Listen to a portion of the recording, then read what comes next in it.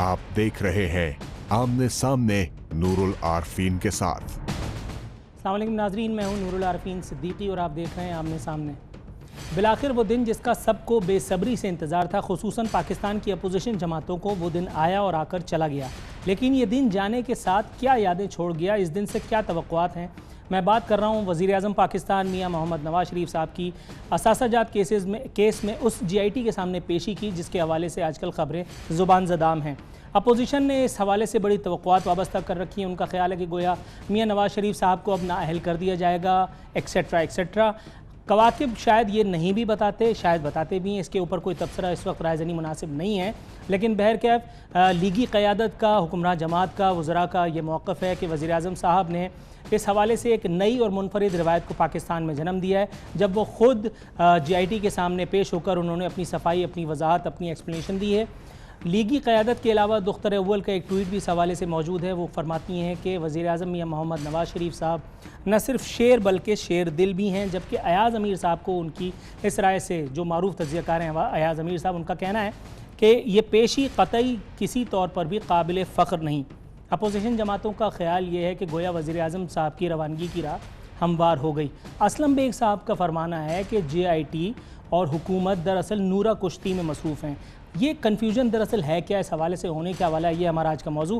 Panelist का तारुफ आपसे कराता हूँ। इस्लामाबाद स्टूडियोज़ में हमारे साथ मौजूद हैं PTI के रहनुमा फैयाज़ुल हसन चौहान साहब।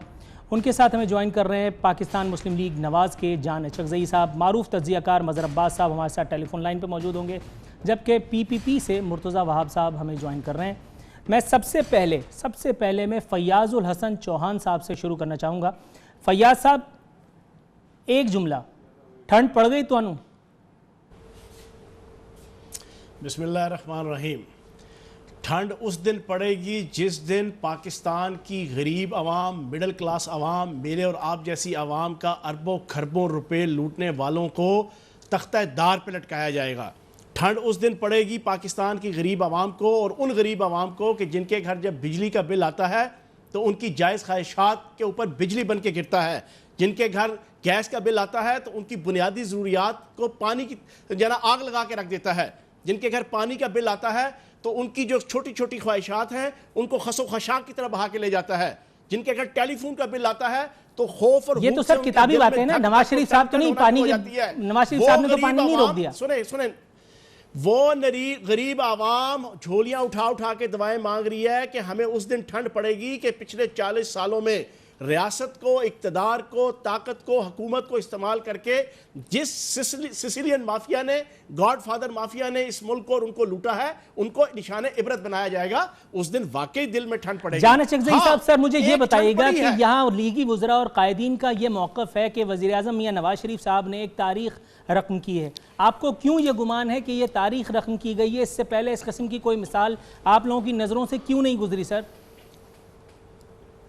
आज के पाकिस्तान में आप दूर ना जाइए, एक मुंतखब प्राइम मिनिस्टर, 3 दफ़ा प्राइम मिनिस्टर बनने वाला, 2 दफ़ा वज़ीर आला बनने वाला, और एक पॉपुलर पार्टी जिन्होंने तमाम इलेक्शन जीते हैं, वो कानून के सामने सर तस्लीम खम करके GIT में शामिल होता है। एक साबिक प्रेसिडेंट जो आज भी मतलूब है, जो आज भी अदालतों का मजाक उड़ाता है, उनका अंगूठा दिखाता है, वो आज भी हाजिर नहीं हो रहा और प्रोक्लेम्ड ऑफेंडर है। इसी तरह एक और साहब जो बनीगाला में हैं या नतिया गली में लड्डू खेलने गए थे, आज भी इश्तिहारी है और आज भी कोर्ट्स को जो है वो आंखें दिखा रहे हैं और हाजिर नहीं हो रहे हैं। तो इसलिए जमहूरियत का बोलबाला, इदारों का के वकार में इजाफा फिर किसने किया है? अगर नवाज शरीफ साहब ने नहीं किया है, वो जो प्रोक्लेम ऑफेंडर हैं, जो इश्तिहारी हैं, जो मुखा लहरा के कह रहे थे कि मैं कमांडो हूँ, या वो शख्सियत जो अभी भी इदारों पर हमला करके उनको एक इम्यूनिटी हासिल है और आज भी वो मतलूब है लेकिन वो हाजिर होने में अभी तक नाकाम है। तो इदारों के तकद्दुस की बहाली को मियाँ साहब ने तक़वियत पहुँचाई। जमहूरियत को,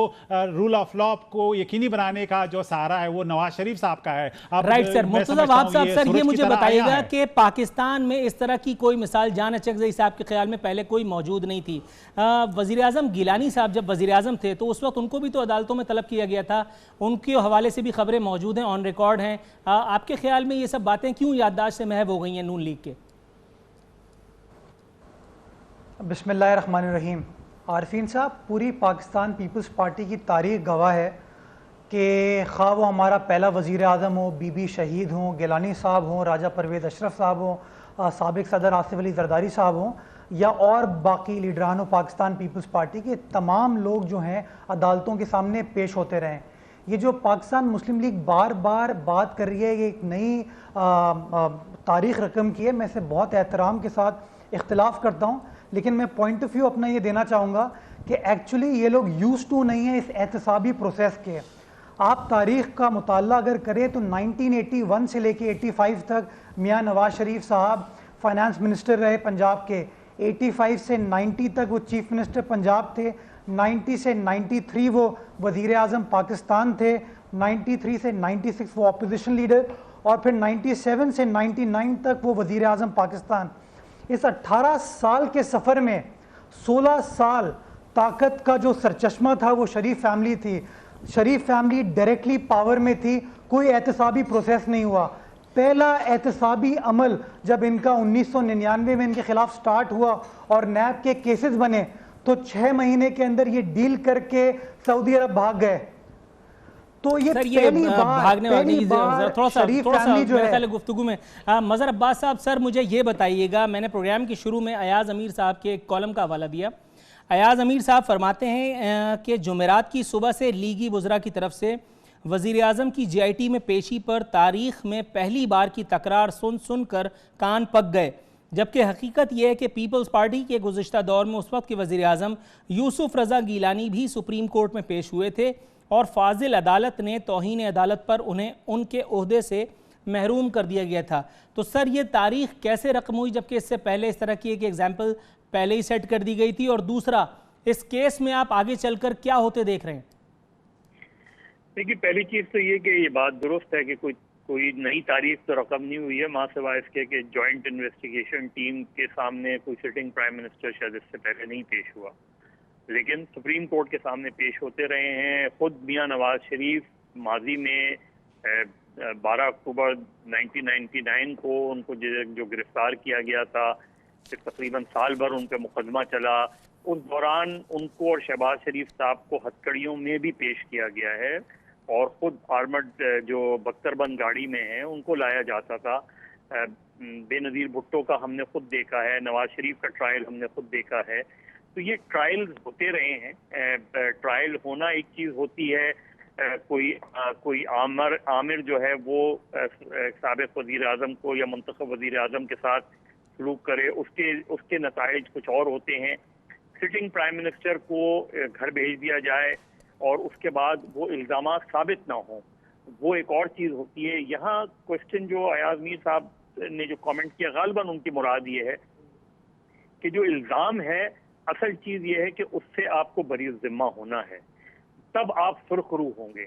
सुरखरू आदमी तभी होता है जब उस पर लगाए गए हुए इल्ज़ामात से वो बरी ज़िम्मा होता है। ना जो जरदारी साहब पे भी इल्ज़ामात लगाए गए, जरदारी साहब जेल भी गए। ये हमारे निज़ाम की भी कमज़ोरियां हैं कि हम एहतसाब का कोई ऐसा निज़ाम ना पीपल्स पार्टी दे पाई है, ना मुस्लिम लीग नून दे पाई है, और बदकिस्मती से तहरीक इंसाफ जो बहुत ज़्यादा दावे करती है, उसने भी खैबर पख्तूनख्वा में कोई एहतसाब का अच्छा निज़ाम नहीं कायम किया। पिछले एहतसाब कमीशन का एक चेयरमैन था, उसके जाने के बाद आज तक दूसरे चेयरमैन के लिए हम तरस रहे हैं। तो मिसालें अपनी जगह मौजूद, इस लिहाज से कि पेश होना था, अदालतों का सामना करना पड़ा है, इस मुल्क के वज़राए आज़म पेश हो गए थे, लेकिन अभी लॉन्ग वे टू गो। नाजरीन, यहाँ वक्त हुआ एक मुख्तसर से कमर्शियल ब्रेक का। ब्रेक के बाद दोबारा हाजिर होते हैं।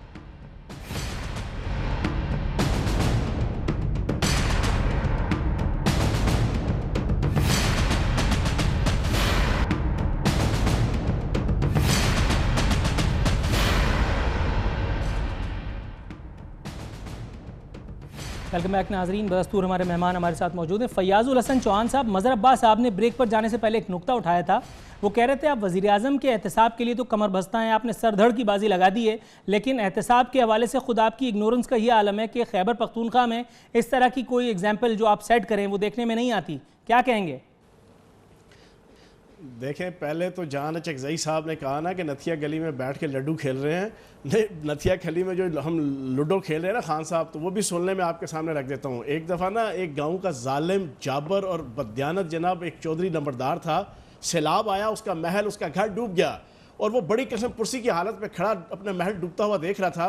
तो एक गरीब जनाब किसान जना एक दरख्त के ऊपर बैठ के कह के लगा रहा था, तो चौधरी ने उसको जनाब डांटते हुए कहा, तेन शर्म नहीं आती, असी लुट गए, पुट गए, तबाह बर्बाद हो गए, तेन हंसियां छुट्टियां ने। तो आगे से गरीब ने कहा, चोई साहब आज ही तो सन मजा आ रहा है अपने गरीब होने का, तो जनाबे वाला आज ही तो इमरान खान को अपना दयानतदार होने के मजे आ रहे हैं।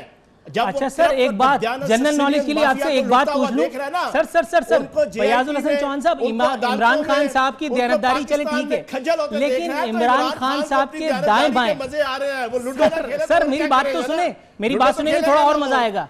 ये मुझे बताइए इमरान खान साहब के दाएं बाएं जो लोग आ गए हैं और मोस्टली उसमें से पीपल्स पार्टी के लोग हैं, तो कुछ लोग तो अब ये भी कह रहे हैं कि ये पाकिस्तान तहरीक इंसाफ नहीं, पाकिस्तान पीपल्स तहरीक इंसाफ हो गई है, उसके बारे में क्या कहेंगे? नहीं है, आपकी इत्तला के लिए अर्ज है, उनमें से एक भी कोई नैबज़दा नहीं है, कोई सजा याफ्ता नहीं है, ठीक है ना जी। अच्छा, सारे मतलब प्रेस्टीजियस लोग हैं, मतलब सारे ऐसे लोग हैं जिनके करियर पर कोई धब्बा नहीं था। मकसद ये है कि अगर कोई करप्ट है जिसके ऊपर जनाब नैब की तरफ से सजा हुई है, अदालतों की तरफ से सजा हुई है, तो आप बताएं, ऐसी कोई बात नहीं है सर। कम से कम 2 सियासी जमातें छोड़ के आए हैं वो लोग, कम से कम 2। और सर आप 2 छोड़ के वो 100 छोड़ के आए हो, अगर वो करप्ट नहीं है, बददियानत नहीं है, आपके जरदारी साहब की तरह, आपके नवाज शरीफ साहब की तरह टॉप 10 की जनाब लिस्ट के ऊपर जनाब द गार्डियन अखबार में, न्यूयॉर्क टाइम में, वाशिंगटन पोस्ट में, बीबीसी की रिपोर्ट में डिक्लेयर नहीं है, तो भाई उनका राइट है। जब उनको नजर आ रहा है कि उनकी पार्टी अच्छा, जान अशरफ साहब सर मुझे ये बताइएगा, वजीर आजम के तर्जुमान जो मुसद्दिक मलिक साहब हैं, उनका फरमाना है कि हमसे 3 नस्लों का हिसाब मांगा जा रहा है, बदकिस्मती से हिसाब मांगने वाले खुद एक कोठी का हिसाब भी नहीं दे सके। ये तो उल्टी आंतें गले पड़ गई पीटीआई के, तो ये आपसे किस मुंह से एहतसाब मांग रहे हैं सर? देखिए, पहली बात ये कि एहतसाब का ये अमल अब एक वन साइडेड हो गया, एक सेलेक्टिव प्रोसेस शुरू हो गया है, एक विंच हंट है, एक JIT के ज़रिए वज़ीर आज़म का और उनके ख़ानदान का घेराव हमें नज़र आता है। वरना उसूल सिंपल था, दावा सिर्फ सिंपल था कि 2 फ्लैट जो हैं क्या वो 2006 में ख़रीदे गए या 90s में 80s में ख़रीदे गए। अब ये बात जो है शहबाज शरीफ साहब तक पहुँच गई है, उनके फैमिली, उनके बच्चे, उनके ससुराल, उनके पोते, उनके रिटर्न, लेट मियाँ साहब के 70 के उस वक्त के टैक्स रिटर्न मांगे जा रहे हैं जब नवाज शरीफ साहब 22 साल के थे, कॉलेज के स्टूडेंट थे, और आज उम्र उनकी 70 साल है। इसी तरह आपने देखा JIT का मुतासिबाना रवैया, वज़ीर आज़म हाउस के फ़ोन टैप किए गए, लीक्स पे लीक जारी हो रहे हैं, फिर वज़ीर आज़म साहब का जो समन है उसको लीक किया गया। इसी तरह जो तस्वीर का मामला था हुसैन नवाज का, कोई नहीं बताया गया कि किसने किया, क्यों किया और कौन सा इदारा था, क्या उनको सज़ा मिली है। तो एक मुतासिबाना अमल, एक मशकूक अमल अब JIT का तरीकाकार बन गया है। लिहाजा JIT का जो भी फैसला होगा वो बड़ा सस्पेक्टेड होगा, बड़ा मशकूक होगा, क्योंकि अगर एहतसाब का अमल है तो हमारे बदतरीन मुखालिफ जो हैं, सियासी मुखालिफ रहमान मलिक साहब, जिनका नाम है पानामा में, जिनकी 2 ऑफशोर कंपनियां हैं, वो हम पे वादा माफ गवाह बनने जा रहे हैं। एतजाज हसन साहब हम पे वादा माफ गवाह बनने जा रहे हैं। जो बाकी गवाह थे उनको जो धमकाया गया कि आप वादा माफ गवाह बन जाएं, उन्हें कुछ नहीं मिला JIT को, इनको साबित करने के लिए कुछ नहीं है। तो ऐसे सर ये मुझे बताइएगा, रहमान मलिक साहब की जंबील में ऐसा क्या होगा कि उससे यूज किया जाएगा अगेंस्ट मियां साहब या उनकी गवर्नमेंट?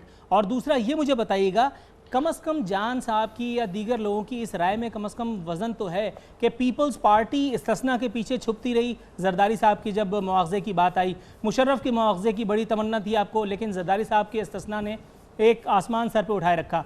और दूसरा, इसे एक बात पे कमेंट कर दीजिएगा जो अभी जान साहब कर रहे थे। देखिए आरफीन साहब, जरदारी साहब का जहाँ तक ताल्लुक है, वो इस्तिस्ना उनको आईने पाकिस्तान ने दिया हुआ था। नवाज शरीफ साहब को भी इस्तिस्ना है, लेकिन उसके बावजूद वो अपीयर हुए हैं। नहीं आरफीन साहब, आप आइन को प्लीज़ पढ़ लीजिए। आर्टिकल 248 के अंदर प्राइम मिनिस्टर को इम्यूनिटी नहीं है, और इसकी जिंदा मिसाल यूसुफ रजा गिलानी साहब हैं। जब गिलानी साहब सुप्रीम कोर्ट के सामने पेश हुए थे, वो उस वक्त हल्फ याफ्ता वज़ीर आज़म पाकिस्तान थे। तो ये बात आपकी बेहद एहतराम के साथ गलत है। जो दूसरी बात जाना अशरफ साहब ने की, देखिए आरफीन साहब, हम हर चीज़ को इनडायरेक्टली अप्रोच करने की कोशिश कर रहे हैं। मामला बड़ा सिंपल है, वज़ीर आज़म साहब आए ना आए, बेसिक मुद्दा जो पाकिस्तानी अवाम पूछ रही है कि मनी ट्रेल दे दो, इसका हिसाब हमें दे दो, हम कुछ और नहीं जानना चाहते। अभी तक आरफीन साहब मनी ट्रेल के बारे में, खा वो प्राइम मिनिस्टर साहब की स्पीच हो मई 2016 की, ख्वाह उनके वकील के स्टेटमेंट हो सुप्रीम कोर्ट में, ख्वाह उनके बेटे हुसैन नवाज साहब के बेशुमार स्टेटमेंट्स हो या उनके वकील के सुप्रीम कोर्ट में दलाइल हो, कहीं पर भी कोई कॉन्क्रीट टेंजिबल मनी ट्रेल इन्होंने नहीं दी। जो वाहिद एक डॉक्यूमेंट इन्होंने पेश किया, सर वैसे भी अपोजिशन को मुतमईन करना दुनिया का सबसे ज्यादा मुश्किल काम होता है मुर्तजा बाब साहब। मजहर साहब, सर मुझे ये बताइएगा, मुसद्दिक मलिक साहब फरमाते हैं, आरफीन साहब जिस वक्त खालिद बिन सर बड़े एहतराम के साथ मुझे मजहर अब्बास साहब से एक क्वेश्चन करना है, एक सर मैं आपकी तरफ दोबारा आता हूं, सिर्फ 1 मिनट चलें। मजहर अब्बास साहब, वज़ीर आज़म के तर्जुमान मुसद्दिक मलिक साहब का फरमाना है कि जिस वक्त खालिद बिन वलीद और सलाहुद्दीन अयूबी को बुलाया गया तो ये उनके लिए बाइस शर्मिंदगी नहीं था, उनका भी एहतसाब हुआ था, उन्होंने भी कवायद दिखाए थे। ये इतनी इनसाइड इन्फॉर्मेशन मुसद्दिक मलिक साहब के पास कैसे पहुंची, इतनी क्लासिफाइड इन्फॉर्मेशन, और आपके ख्याल में इस मवाजने का कोई तुक था? लेकिन पहली चीज तो ये कि खैर हमारे सियासतदान ऐसी ऐसी मिसालें देते हैं, पहले खुद मिसाल बने तो फिर मिसालें देना अच्छा लगता है। बदकिस्मती से ना पीपल्स पार्टी ने अच्छी गवर्नेंस की कोई मिसालें कायम की हैं और ना मुस्लिम लीग नून ने कोई अच्छी मिसालें कायम की हैं, वरना शायद ये नौबत आती ही नहीं। पीपल्स पार्टी भी अपने 5 साल अच्छी गवर्नेंस की बुनियाद पे गुजारती और मुस्लिम लीग नून भी। तो हमारे यहाँ बदकिस्मती से सियासतदानों ने कोई अच्छी मिसालें कायम नहीं की, कोई अच्छी इस तरह के कानून नहीं बनाए कि जिससे एहतसाब का एक ऐसा इदारा बनाया जाए जिसके अंडर सब आ सकें। तो ये तो एक बेसिक चीज़ है। बाकी जो हो रहा है वो सियासत हो रही है। देखिए अभी चौहान ने बात की कि जी कोई भी ऐसा नहीं है जो नैब ज़दा हो। मेरा ख्याल है थोड़ा सा रिकॉर्ड चेक कर लें, जो सिंध में लोग ज्वाइन कर रहे हैं, पंजाब में कुछ लोग जो ज्वाइन कर रहे हैं, क्या वो वाकई बेदाग लोग हैं? क्या वाकई उन पे कभी भी कोई सीरियस चार्जेस नहीं रहा? तो मैं सिर्फ इसमें ज़्यादा किसी का नाम लेने की ज़रूरत नहीं है, लेकिन जिन लोगों ने ज्वाइन की है तहरीक इंसाफ, उन लोगों के बारे में जो एक खुद तहरीक इंसाफ का अपना एक उसूल था, तहरीक इंसाफ का उसूल था कि वो उनको स्क्रूटिनाइज करते थे, उसके बाद उनको कोई पोजीशन देते थे। तो अब वो चीज़ खत्म हो गई है। अब डायरेक्टली ज्वाइन कर लिया जाता है और फिर आगे चल के उसको पोजीशन भी दे दी जाती है। तो मेरा ख्याल है इस चीज़ को, और ये मैं इसलिए कह रहा हूँ कि तहरीक इंसाफ लोगों के लिए एक उम्मीद है, एक थर्ड ऑल्टरनेट के तौर पे उसको देखा जाता है। उसके पास बड़ी पॉपुलर सपोर्ट है। इमरान खान अनटेस्टेड हैं और अभी तक उन पे कोई किसी किस्म का कोई चार्ज साबित नहीं हुआ है। तो मेरा ख्याल है उनको ज़रूर इस चीज़ पर गौर करना चाहिए, जिस तरह फराज ने कहा था कि कलंदराने वफा की असास तो देखो, तुम्हारे साथ है कौन आस पास तो देखो। तो ये ज़रूर, और ये सिर्फ उनके लिए नहीं है, ये पीपल्स पार्टी के लिए भी है। पीपल्स पार्टी भी ऐसे लोगों को सिंध में शामिल करवा रही है कि जिन्होंने खुद पीपल्स पार्टी के खिलाफ संगीन किस्म की जो है इल्ज़ामात भी लगाए हैं, मोहतरमा बेनज़ीर भुट्टो के हवाले से और दीगर हवाले से। लेकिन आज ये सारी चीज़ें, ये सारे उसूल जो है वो बाला ताक रख दिए गए हैं। मुस्लिम लीग नून के लिए इम्पोर्टेंट ये नहीं है कि वज़ीर आज़म पेश होते हैं या वज़ीर आला पंजाब पेश होते हैं। उनके लिए सबसे इम्पोर्टेंट ये है कि वो पनामा केस में क्लीन चिट लेकर आएँ। अगर वो क्लीन चिट लेकर नहीं आते तो इखलाकी तौर पे मियां नवाज शरीफ के लिए सूरत हाल ख़राब होगी, इखलाकी तौर पे वज़ीर आला पंजाब के लिए सूरत हाल ख़राब होगी, और इखलाकी और सियासी तौर पे मुस्लिम लीग नून के लिए सूरत हाल ख़राब होगी। जाना चकज़ई साहब, मज़हर अब्बास साहब की इसी बात को कंटिन्यू करते हुए ये मुझे बता दिएगा कि इखलाकी सियासत की महराज पा सकेंगे मियां नवाज शरीफ, आपकी हुकूमत, और आपको क्यों ऐसा लगता है कि आगे की प्रोसीडिंग्स जो हैं वो आपको बरी कर देंगी? पहली बात तो ये कि अखलाकियात के मयारात इस मुल्क में जो है वो 2 तरह के हैं। जहाँ तक इदारों के ज़रिए इंटेग्रिटी का ये प्रोसेस है या शफाफियत का प्रोसेस है, वो बड़ा सवालिया निशान है। यही अदालतों ने माजी में नज़रिया ज़रूरत के तहत फैसले दिए हैं, जिसकी वजह से बहुत से कंट्रोवर्शियल ऐसे फैसलों की वजह से मजमूई तौर पर एक तारीख की एक नेगेटिव लेगेसी हमारे सामने है। अच्छा, एक बात कराए हैं। जी जी, बोलिए। तो माजी में यही अदारों ने गलतियां की हैं, और फिर हमने देखा मुंतखब प्राइम मिनिस्टर वज़ीर आज़म नवाज शरीफ को घर भेजा गया, लेकिन आवाम ने फिर मैंडेट दिया उनको, जो है उनके 3 दफ़ा प्राइम मिनिस्टर बनने की 3री दफ़ा उन पर बैन लगाया गया। आवाम ने फिर आईनी तरमीम करके 2008 में उन्हें वापस प्राइम मिनिस्टर बनवाया। फिर 2013 में तमाम ऑड्स के बाद वो प्राइम मिनिस्टर बने। आज भी सबसे पॉपुलर लीडर, तमाम राइटर्स से लेके इंटरनेशनल इदारे कह रहे हैं कि नवाज शरीफ जो है नेक्स्ट इलेक्शन स्वीप करेंगे। तो कभी भी आप टेक्निकल तरीके से पॉपुलर लीडर्स को नॉकआउट नहीं कर सकते, चाहे वो सुप्रीम कोर्ट के जरिए हो, वरना आज पीपल्स पार्टी खत्म होती सिंध में। जिस तरह भुट्टो साहब को शहीद किया गया जुडिशल मर्डर के बाद, जिस तरह गिलानी साहब को घर भेजा गया, तो वोट बैंक जो है आवाम का वो इदारों के मरहून मिन्नत नहीं होता। इदारों ने पहले जो माजी में लेगेसीज या मिसालें इस्टेब्लिश की हैं, उनके लिए बहुत बड़ा सवालिया निशान है कि किस तरह वाकई एक ऐसा प्रोसेस के जरिए वो फैसले फयाज साहब, मुझे ब्रेक पे जाना है, मुझे सिर्फ एक मिनट में सिर्फ मुझे ये बता दीजिए कि कोई ऐसा दिन आएगा पाकिस्तान की तारीख में कि जब वज़ीर आज़म मियां नवाज शरीफ के हवाले से इमरान खान साहब कोई हार्ड लाइन पोजीशन नहीं लेंगे। इधर मियां साहब अपेयर हो रहे हैं JIT में, उधर इमरान खान साहब ने एक वीडियो अपनी चलवा दी और वो बैठ करके कह रहे हैं कि जी अदलिया और फौज की तरफ इशारा हो रहा है। मतलब कोई एक दिन तो ऐसा हो कि जिसमें इमरान खान साहब को मियां साहब की कोई बात अच्छी लगे, या हर दिन बस वही शेरवानी का रोना होगा? देखो नूरुल आरफीन, इन्होंने कहा कि हम तारीख रकम कर रहे हैं। जनाबे वाला, आप तारीख रकम ना करें, आप लूटी हुई रकम वापस करें। तारीख जो रकम जिसने की है ना, वो इमरान खान और PTI ने तारीख रकम की है। 1.25 साल जो है वो खून पसीना एक करके गोलियां खा के। अच्छा, मजहर अब्बास साहब भी अभी किसी तारीख का जिक्र कर रहे थे सर, इमरान खान साहब के जो लोग हैं। मेरी पूरी बात सुन लो नूर, मेरी पूरी बात सुन लो। तारीख इन्होंने रकम की है। हाँ, हमने एक तारीख रकम की है। आबद शेर अली जनाब अमामत करवा रहा था जुडिशल अकेडमी के बाहर, तो मुझे मोहसिन नकवी का वो शेर याद आ गया। उसने कहा कि हैरत हुई मोहसिन तुझे मस्जिद में देखकर, ऐसा भी क्या हुआ कि खुदा याद आ गया। ये सबसे बड़ी तारीख रकम की है कि ये अमामतें कराना शुरू हो गए हैं, खुदा याद आ गया, दवाएं कराना शुरू हो गए हैं, अल्लाह अल्लाह करना शुरू हो गए हैं। ये तहरीक इंसाफ और इमरान खान ने जनाब सिसिलियन माफिया को और गॉडफादर माफिया को जो है खुदा याद दिलाया है। ये तारीख रकम हुई है। चलें ठीक है नाज़रीन, इसी के साथ वक्त हुआ प्रोग्राम में एक वक्फा शामिल करने का। वक्फ की गुफ्तगू को यहीं से जोड़ेंगे।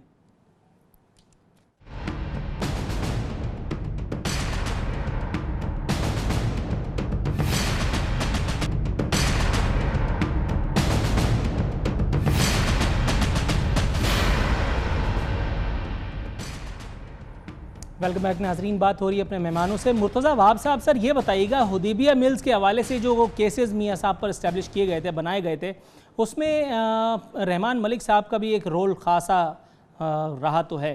आपके ख्याल में रहमान मलिक साहब अपने उस वक्त के लगाए गए इल्ज़ामात की तौसीक़ के लिए JIT में अपीयर होंगे, और अगर होंगे तो क्या वो अपने बयानात पर कायम रहेंगे, या हर बात से, हर 100 किस्म के झगड़ों से बचा लेती है मुझको, हर बात से ये साफ मुकर जाने की आदत वाला शेर जो है उसको हम हकीकत के रूप में ढलते देखेंगे? आरफीन साहब, वो जो रिपोर्ट है वो रहमान मलिक साहब ने पर्सनल कैपेसिटी में नहीं बनाई थी। वो एक्चुअली FIA की रिपोर्ट है, और उस दौर की है जब रहमान मलिक साहब डायरेक्टर FIA थे। तो वो बिल्कुल JIT के सामने पेश होंगे और जो रिपोर्ट है उसको पेश करेंगे, और जो जो कोरॉबरेशन JIT एक्सपेक्ट करेगी वो इंशाल्लाह प्रोवाइड करेंगे। इसमें कोई इशू नहीं है सच। चलें, अच्छा ये मुझे बताइएगा फयाजुल हसन साहब, ये लिखा है कि नवाज शरीफ साहब नाअहल हुए तो नया वज़ीर आज़म चुना जाएगा। इस खबर से काफ़ी तशफ़ी तो होनी चाहिए, लेकिन ये इस खबर में नहीं लिखा, या ये स्पेकुलेशन भी नहीं की जा रही कि वो नया वज़ीर आज़म पाकिस्तान तहरीक इंसाफ से होगा, या ख़ुद वो वज़ीर आज़म इमरान खान साहब होंगे। अब आप मुतमईन हैं, या किसी एतबार से आपको करार आएगा या नहीं? असल में हमें करार इतना आए या ना आए, आले शरीफ के अंदर जो है वो करार नहीं आ रहा। आपकी इत्तला के लिए अर्ज़ है कि शहबाज शरीफ साहब की फैमिली और नवाज शरीफ साहब की फैमिली में अच्छी खासी रिफ्ट हुई है। हमजा शहबाज सर उनके पर्सनल मामलात में इससे क्या लेना देना हमारा? अच्छी खासी, और ये पर्सनल नहीं है, पॉलिटिकल मामलात की मैं डिस्कशन कर रहा हूँ। वो अच्छी खासी इनकी आपस के अंदर रिफ्ट है, ये इनकी अपनी मारा मारी है। हम तो पिछले 1.25 साल से कह रहे हैं जनाबे वाला, जमहूरियत का नाम नवाज शरीफ नहीं है, पार्लिमानी सिस्टम का नाम नवाज शरीफ नहीं है, कौमी असम्बली का नाम नवाज शरीफ नहीं है, हुकूमत का नाम नवाज शरीफ नहीं है। नवाज शरीफ साहब स्टेप बैक करें। आपके जजेस ने कहा जी कि इनके खिलाफ कार्रवाई की जाए, उनको निशाने इबरत बनाया जाए कानूनी तौर पे। बाकी जो 2 है ना, जो बिकमिंग आपके चीफ जस्टिस हैं, उन्होंने भी जो है वो आपके हवाले से क्रिटिसाइज किया और यही कहा कि इलेक्शन कमीशन इनके खिलाफ कार्रवाई करे। तो इखलाकी, सियासी और एथिकली तो ये बनता है कि ये रिजाइन दे दें, और रिजाइन दे के किसी और को बना दें। चौधरी निसार अली खान का चेहरा इनको अच्छा नहीं लगता, शहबाज शरीफ का, हमजा शहबाज का अच्छा नहीं लगता, कैप्टन सफदर को बना दो यार। आप जान अचरज़ई साहब, ये मुझे बताइए कि अगर इस तरह की कोई सूरत-ए-हाल अराइज होती है तो मुस्तकबिल का नया मुमकिना वज़ीर आज़म किसे देखते हैं आप, लीगी रहनुमा? आपके ख्याल में इस तरह की कोई सेकंड टियर एस्टेब्लिश की गई है अभी तक? पहली बात तो ये कि ख्वाहिशात पे किसी की पाबंदी नहीं है, लेकिन वज़ीर आज़म जो है इमरान खान कभी नहीं बनेंगे। वो 2018 में भी लूडो खेलते रहेंगे नतिया गली में। ये आप लिख लें जो मैं आपको बोल रहा हूँ। सर पुरफिजा मकाम है, अगर आदमी लूडो खेल रहा है तो क्या बुरा है? सही है। प्राइम मिनिस्टर नवाज शरीफ जो है वो 3 दफ़ा मुंतखब हुए हैं। तमाम प्रोसेस से गुजर के पहले उनको हथकड़ी पहनाई गई, फिर उनको मुल्क बदर किया गया, फिर वो जो है कई तरीक़ों से उन्हें सिस्टम से आउट करने की कोशिश की गई, लेकिन पाकिस्तान के आवाम ने फिर भी नवाज शरीफ को ही वोट दिए हैं और 2018 में भी नवाज शरीफ को वोट मिलेंगे। तो ये ख्वाब में रहने वाले अहमकों की जन्नत में रह रहे हैं। तो आप मुर्तज़ा साहब मेरी नौकरी से खेल रहे हैं, सवाल पूछने का काम तो मेरा है। फिर आखिरी जी जान साहब आखिरी बात ये कि अब तो इस्टेब्लिश हो गया कि ये एहतसाब का ड्रामा नहीं है, वरना कल अगर एहतसाब होता तो बनीगाला के 90% सियासतदान जो हैं बकौल चौहान साहब के वो तख्ते पे आज लटक रहे होते। तीसरी अहम बात मैं ये भी कहूँगा कि पाकिस्तान की अलामत स्टेबिलिटी की नवाज शरीफ हैं, वरना स्टॉक एक्सचेंज क्रैश नहीं होता। पाकिस्तान में पोलिटिकल फेडरेशन की स्ट्रेंथन करने के लिए जो वाकई एतमाद है वो नवाज शरीफ का नाम है। इस मुल्क में माशी तरक्की जो है इकनॉमिक ग्रोथ रेट 5% वो नवाज शरीफ का नाम है। लिहाजा अगर हम इस मुल्क में अभी भी इन्वेस्टर्स जो है वो इस बात पे खपा है कि मुल्क में स्टेबिलिटी क्यों नहीं आ रही, ये हर रोज़ हमने ड्रामे रचाए हुए हैं और आज भी जो इमर्जिंग मार्केट है इंडेक्स है हमारा 50,000 से गिर चुका है, क्रैश हो चुका है। या तो हम तुले हुए हैं इस मुल्क की मईशत से खेलने के लिए, और या हम पानामा के नाम पे इस मुल्क के वेरी फंडामेंटल्स को जो है चैलेंज करने के लिए जा रहे हैं। तो बिगर पिक्चर को हमें देखना है या हमने इंतकाम लेना है एहतसाब के नाम पे। नूरुल आरफीन, मैं इस पे एक बात कहना चाहूंगा कि कल जो है वजीर आजम ने ये कहा कि ये पनामा खेल खत्म होना चाहिए वरना मुल्क की सलामती जो है वो दांव पे लग जाएगी। मैं पूछता हूं ये खेल कौन खेल रहा है? उनका क्या कहना था? क्या सुप्रीम कोर्ट ये खेल खेल रही है? मैं समझता हूं कि फिर सुप्रीम कोर्ट के ऊपर इल्जाम है। अगर सुप्रीम कोर्ट नहीं खेल रही तो क्या फौज और ISI खेल रही है? फौज और ISI का आलम यह है, इनके साथ कोलैबोरेशन कोऑर्डिनेशन का इस वक्त कि बिल्कुल वो शेर मज़दाक आता है कि जना हम तुम होंगे, बादल होगा, रक्स पे सारा जंगल होगा, हाथों में हाथ दे के पूरा फुल कोऑपरेट कर रही है फौज और ISI नवाज शरीफ की हुकूमत के साथ। तो ये किसके ऊपर इल्जाम लगा रहे हैं? मैं ये समझता हूं खतरनाक खेल ये खेल रहे हैं। मुल्क की सलामती दाव पे नहीं लगेगी। हाँ, नवाज शरीफ साहब आपका करप्शन के ऊपर मबनी, किकबैक्स के ऊपर मबनी, आपका जनाब गबन के ऊपर मबनी जो आपका दौरे इख्तिदार है ना, वो दाव पे लगा हुआ है। आप पूरी मजहर अब्बास साहब सर ये मुझे बताइए, मजहर अब्बास साहब ये मुझे बताइए आपका तज्जिया क्या है? आने वाले दिनों में सूरत हाल आप क्या देख रहे हैं? JIT का ऊँट किस करवट बैठेगा और क्या PTI की ये जो हसरतें हैं ये किसी तौर पूरी हो सकती हैं? क्या नवाज शरीफ साहब ने जो एक इस वक्त स्पेकुलेट की जा रही हैं चीज़ें पब्लिक हो रही हैं, सोशल मीडिया इस हवाले से मौजूद है, सोशल मीडिया पे एक हफ्ते रोज़े में भी मैंने ये चीज़ पढ़ी, आज के अखबारात में भी मौजूद है कि वज़ीर आज़म मियां नवाज शरीफ ने PTI और अपने दीगर अपोजिशन रहनुमाओं की इस यॉर्कर को बड़ी खूबसूरती से टैकल किया है और अपीयरेंस दे करके उन्होंने नाक़िदीन के मुँह बंद कर दें। आपकी इस पर एक्सपर्ट ओपिनियन क्या है सर? नहीं, मेरा नहीं ख्याल के मुँह बंद कर दिए, और ये भी नहीं कि तहरीक इंसाफ की हसरत पूरी होगी। तहरीक इंसाफ एक सियासी जमात है जिस तरह पीपल्स पार्टी है या मुस्लिम लीग नून है, और अगर वो इंतखाबात जीतते हैं उनका भी हक है। हमारी बदकिस्मती ये है कि हमारे यहाँ रहनुमा ज़्यादा अहम होते हैं, जमातें कम अहम होती हैं। अभी भी आप देखें कि जान अशरफ साहब ने पूरी तकरीर नवाज शरीफ के गिर्द घूमी है, उनकी मुस्लिम लीग नून के गिर्द नहीं घूमी। तहरीक इंसाफ की पूरी तकरीर इमरान खान के गिर्द घूमी है, तहरीक इंसाफ के गिर्द नहीं घूम रही। तो हमारी यहाँ बदकिस्मती से जो जमातें मजबूत होनी चाहिए। अगर आपको जमहूरियत को आगे बढ़ाना है तो आपको जमातों को मजबूत करना पड़ेगा। रहनुमा आते हैं चले जाते हैं, जमातें रहती हैं, और हमारे यहाँ क्योंकि जमहूरी कल्चर नहीं है जमातों के अंदर, तो लिहाजा हमारे यहाँ जो रहनुमा हैं उनका अब अगर नवाज शरीफ फर्ज करें नवाज शरीफ नाअहल हो जाते हैं तो कौन सी क़यामत आ जाएगी? हुकूमत तो जमात को चलानी होती है, और जमात अगर हुकूमत में आएगी तो कोई दूसरा आदमी भी आ सकता है, उसको आप वजीर आजम बना सकते हैं। कल तहरीक इंसाफ, जिस तरह तहरीक इंसाफ के अभी इंतखाबात हुए, वो हो सकता था इस मरतबा इमरान खान या आइंदा चल के इमरान खान को चाहिए कि अब किसी नए चेयरमैन की तरफ देखे तहरीक इंसाफ। पीपल्स पार्टी खानदानी सियासत से बाहर निकलना चाहिए पीपल्स पार्टी को।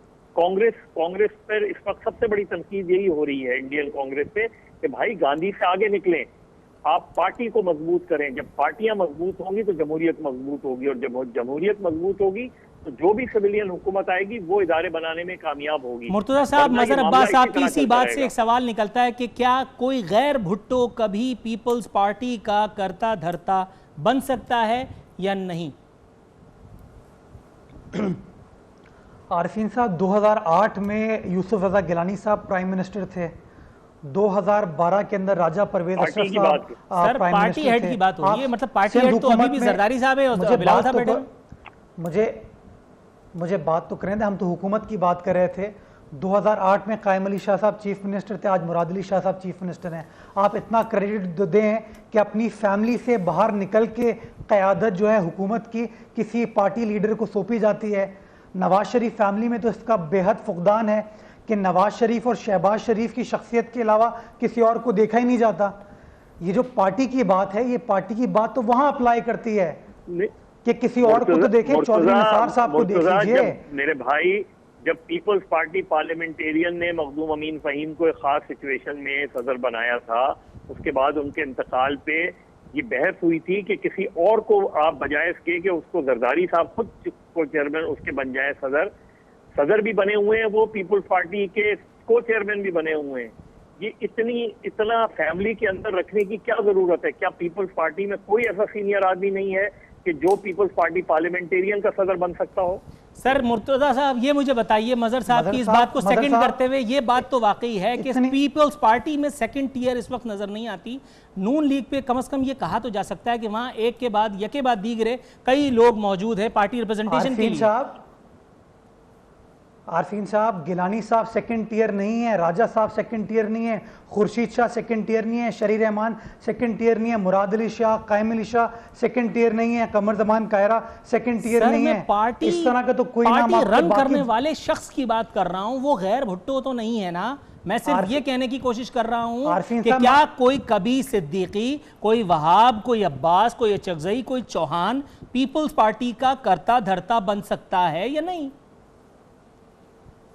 आरफीन साहब, इन्होंने खुद मजहर साहब ने बताया कि जब 2002 के अंदर पाकिस्तान पीपल्स पार्टी पार्लियामेंटेरियन बनी तो उसके सरबरा मखदूम अमीन फ़हीम साहब थे, उनको भुट्टो खानदान से तो कोई ताल्लुक नहीं है। तो ये प्लीज जो एग्जाम्पल देते हैं तो उस एग्जाम्पल को खुद फॉलो भी कीजिए। जी सर, मजहर साहब क्या कह रहे हैं? फ्रॉम 2002 से लेके अपने इंतकाल तक ही was president of Pakistan Peoples Party. Murtaza Makhdoom Amin Fahim इसलिए पीपल्स पार्टी पार्लियामेंटेरियन के सदर बनाए गए थे क्योंकि उस वक्त पीपल्स पार्टी भुट्टो फैमिली को इलेक्शन में हिस्सा लेने की इजाजत ही नहीं थी, उनको दूर रखा गया था। मैं और ये सिर्फ पीपल्स पार्टी के लिए नहीं है सर। प्रोग्राम के बिल्कुल इख्तितामी मराहिल में हम दाखिल हो चुके हैं। जान अचगजई साहब, सर मुझे ये बताइएगा कि एक बयान आया है 2002 में, साहब सर बहुत अदब के साथ, कोई बैन नहीं था। मैं थोड़ा सा आपसे तवक्कुफ चाहूंगा, जान अचगजई साहब की तरफ जाना चाहूंगा। जान साहब, सूबाई वज़ीर क़ानून पंजाब राना सनाउल्लाह साहब फरमाते हैं कि वज़ीर आज़म की GIT में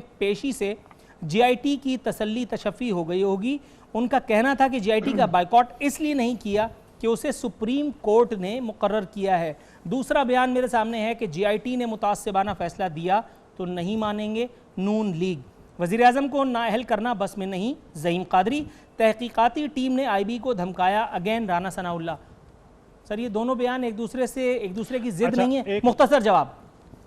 अच्छा, मैं सिर्फ एक जुमले में पिछले जो डिबेट है उसमें हिस्सा डालूँ। पाकिस्तान के तनाज़ुर में ख़ानदानी पॉलिटिक्स ये किताबी बहस बन जाती है। जब जमहूरियत में 70 साल की तारीख़ में एक हुकूमत दूसरी हुकूमत को मुंतकिल हुई है पार्टी की इलेक्शन पार्टी हुकूमत के ज़रिए। हिंदुस्तान में ये तकरीबन 140 बार ये हुई है इस तरह ट्रांसफ़र। तो पाकिस्तान में जमहूरियत तो चलती नहीं है, हर एक साल के बाद कठपुतली आ जाते हैं और इस तरह तमाशे लगते हैं जो आज लग रहे हैं। मुंतखब वज़ीर आज़म को मुंतखब वज़ीर, लिहाजा पाकिस्तान के आवाम खानदानों पे ट्रस्ट करते हैं, ना आप पे करते हैं ना हम पे करते हैं, वोट नहीं देते। आज इमरान खान का सबसे बड़ा अलमिया ये है कि उसका नेक्स्ट जो है पोलिटिकल ईयर वो मालूम नहीं है, कल ये पार्टी 100 टुकड़ों में हो जाएगी। लिहाजा ये पाकिस्तान के कॉन्टेक्स्ट में पाकिस्तान का एतमाद जो है इन खानदानों पे है। फयाजुल हसन साहब, प्रोग्राम बिल्कुल आखिरी मरहले में आ चुका है। इस एक एलिगेशन का जो जान साहब ने लगाया, प्लीज आप रिप्लाई दे दीजिए। आखिर में मैं कहूँगा कि हमें खराज तहसीन पेश करना चाहिए PTI को, जिसने पहली दफ़ा इंट्रा पार्टी इलेक्शन आज से 4 साल पहले कराए, दूसरी दफ़ा इंट्रा पार्टी इलेक्शन अब करवाए, जिसमें जनाब बाकायदा एक बंदा जनाब मुखालिफ खड़ा हुआ पार्टी चेयरमैन के खिलाफ। उसने 20% टोटल टर्नआउट का वोट लिया। वरना आपकी पीपल्स पार्टी नून लीग में तसव्वुर नहीं है कि कोई बंदा जो है ना वो कैंडिडेट के तौर पे मुकाबले में जरदारी साहब के या नून लीग के नवाज शरीफ साहब के या असफद यार वली साहब के या मौलवी फजल रहमान साहब के या अल्ताफ हुसैन साहब के मुकाबले में आ सके। तो जनाबे वाला ये खराज तहसीन तहरीक इंसाफ को देना चाहिए और मजहर अब्बास साहब को भी एक आजाद तजिया नगार के तौर पे अप्रिशिएट करना चाहिए कि हमने रवायत डाली है पाकिस्तान के जी अंदर सर, मजहर कि ये साहब वाली 30 रवायत सेकंड्स पाकिस्तान ओनली, के अंदर 30 नहीं सेकंड है। मजहर साहब। ये जो अभी चौहान साहब ये मदर अब्बास साहब थोड़ा सा अप्रिशिएट करें, सर, आपका सर, फर्ज बनता है 30 छोड़ें seconds, इस मदर वक्त साहब, जियो please। जंग के साथ एफिलिएशन छोड़ दें। आप आजाद जो है ना फैयाज साहब मेरे पास सिर्फ 30 सेकंड है, फैयाज साहब प्लीज लेट मजहर साहब स्पीक। हक अदा मैं किया सिर्फ है। ये कहूंगा कि आप चौहान साहब, जलसा नहीं हो रहा। 2013 के पीटीआई के इंतखाबात उठा लें और 2017 के, और फर्क खुद देख लें कि एक मरतबा इलेक्शन हुए थे और दूसरी मरतबा सिर्फ पैनल को वोट पड़े हैं, और आप खुद इसका तजिया करें कि वो यार इंतखाबात मदर सही हुए थे। साहब आपका इस ये बहस को वाला नाजरीन हम किसी यहीं political समेटते हैं। party के प्रोग्राम अंदर का हुआ। मुकर्रर करदा वक्त यहाँ खत्म हो चुका है। इसी के साथ हमारे प्रोग्राम का वक्त अब खत्म होता है। आरफीन सिद्दीकी और आमने सामने की टीम को इजाज़त दीजिए। फी अमान अल्लाह।